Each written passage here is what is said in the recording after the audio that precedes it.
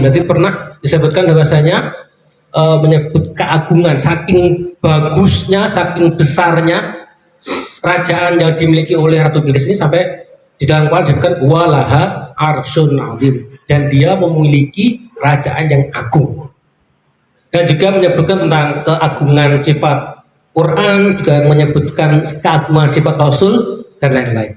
Nah, tapi untuk Al-Azim ini, untuk yang zatnya terkait dengan Allah, yaitu berarti Maha Agung, yang keagungannya tidak ada satu makhluk pun yang menyamainya. Artinya tidak ada satu zat pun yang bisa menyamai keagungan Allah. Nah, apa itu keagungan Allah? Kita coba lihat next. Nah, ada beberapa yang menunjukkan keagungan Allah. Pertama adalah dalam penciptaan alam semesta. Di situ ada keindahan dan keteraturan alam semesta. Kayak ada langit yang luas, bintang-bintang, dan semuanya ini menunjukkan keagungan Allah. Di Quran disebutkan inna fi khalqis samawati wal ardh wa ikhtilafil laili wan nahar la ayatil liulil albab. Jadi bagaimana kita agungnya suatu penciptaan, bagaimana ada bumi, ada matahari, ada bintang-bintang itu bergerak demikian rupa, berdinamika sedemikian rupa sehingga itu menunjukkan keagungan Allah.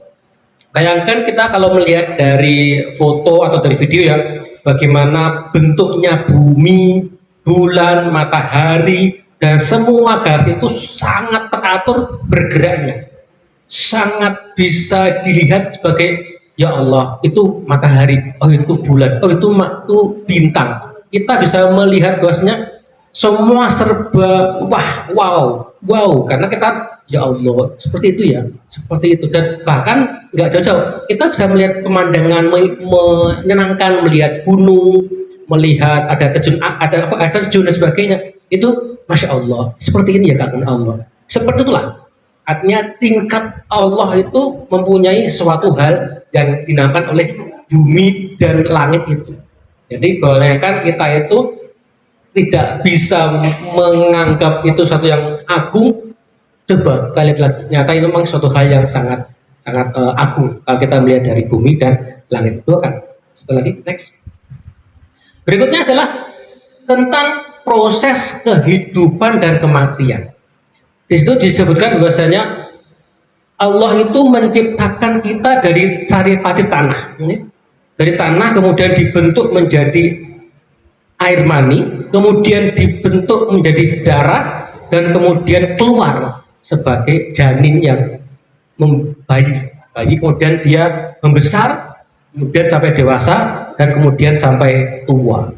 Artinya ini adalah proses yang mungkin secara biologi sudah apa adanya, tetapi itu adalah keagungan Allah lewat penciptaannya manusia.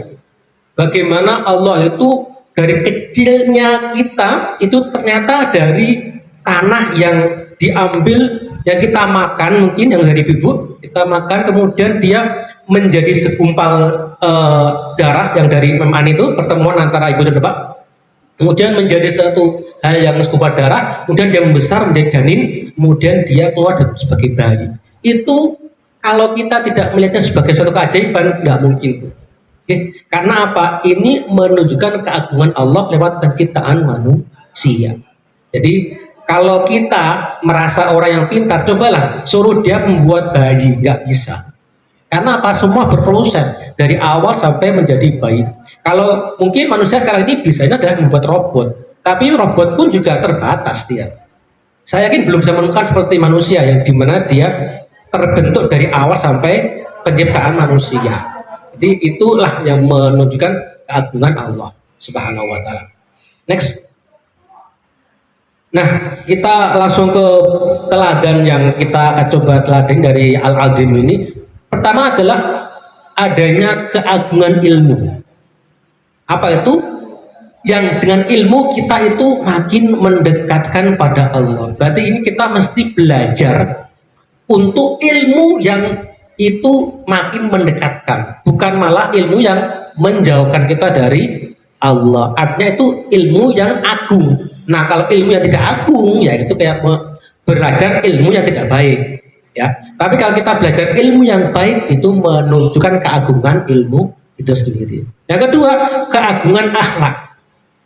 Nah, apa itu yang berhubungan dengan manusia, dengan Allah, manusia dan alam sekitar?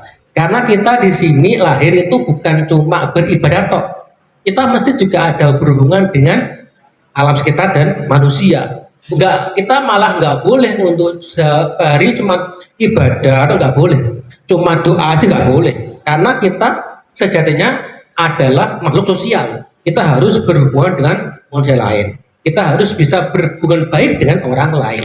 Kalau kita menyakiti orang lain, berarti kita tidak menunjukkan keagungan akhlak yang kita miliki. Dan juga kita jangan lupa, kita juga harus berbaik-baikan dengan alam sekitar, dengan tumbuhan sekitar, dengan keadaan lingkungan kita. Artinya ketika kita memperbaiki hubungan dengan alam sekitar, insya Allah alam juga akan berbaik sama kita. Kalau beberapa hal kita mungkin ada kejadian banjir atau apa, mungkin kita tidak berbaik pada alam kita, mungkin membuang sampah sembarangan atau motong pohon-pohon di hutan yang itu sangat bisa membuat banjir dan sebagainya. Nah, itu sebenarnya lah menunjukkan bahwa kita punya akhlak yang seperti apa. Kalau kita akhlak yang baik pada Allah, baik pada manusia dan baik pada alam, insya Allah itu menunjukkan keagungan akhlak kita. Nah, jadi itu menunjukkan kita punya akhlak. Yang ketiga adalah keagungan sifat. Nah, ini yang sifat-sifat yang kita mesti bisa kita terapkan. Apa itu? Contohnya jujur. Jujur ini kita kalau bisa memang gampang diucapkan ya, tapi mungkin juga sangat sulit untuk diterapkan. Tapi kita coba untuk bisa jujur di dalam situasi kita. Yang kedua, rendah hati. Rendah hati meski kita punya kelebihan. Kalau untuk yang tidak punya, mungkin gampang Bu ya, nggak punya sesuatu kita rendah hati. Tapi bagi orang yang punya berlebihan itu sulit. Kayak kita punya uang tapi kita rendah hati, angel Bu, sulit banget. Karena itu adalah kendala atau cobaan kita. Kita punya pinter tapi kita nggak pamer, itu angel Bu. Angel, sulit. Ketika kita nggak punya tapi kita malah hati, itu hal yang biasa wajar.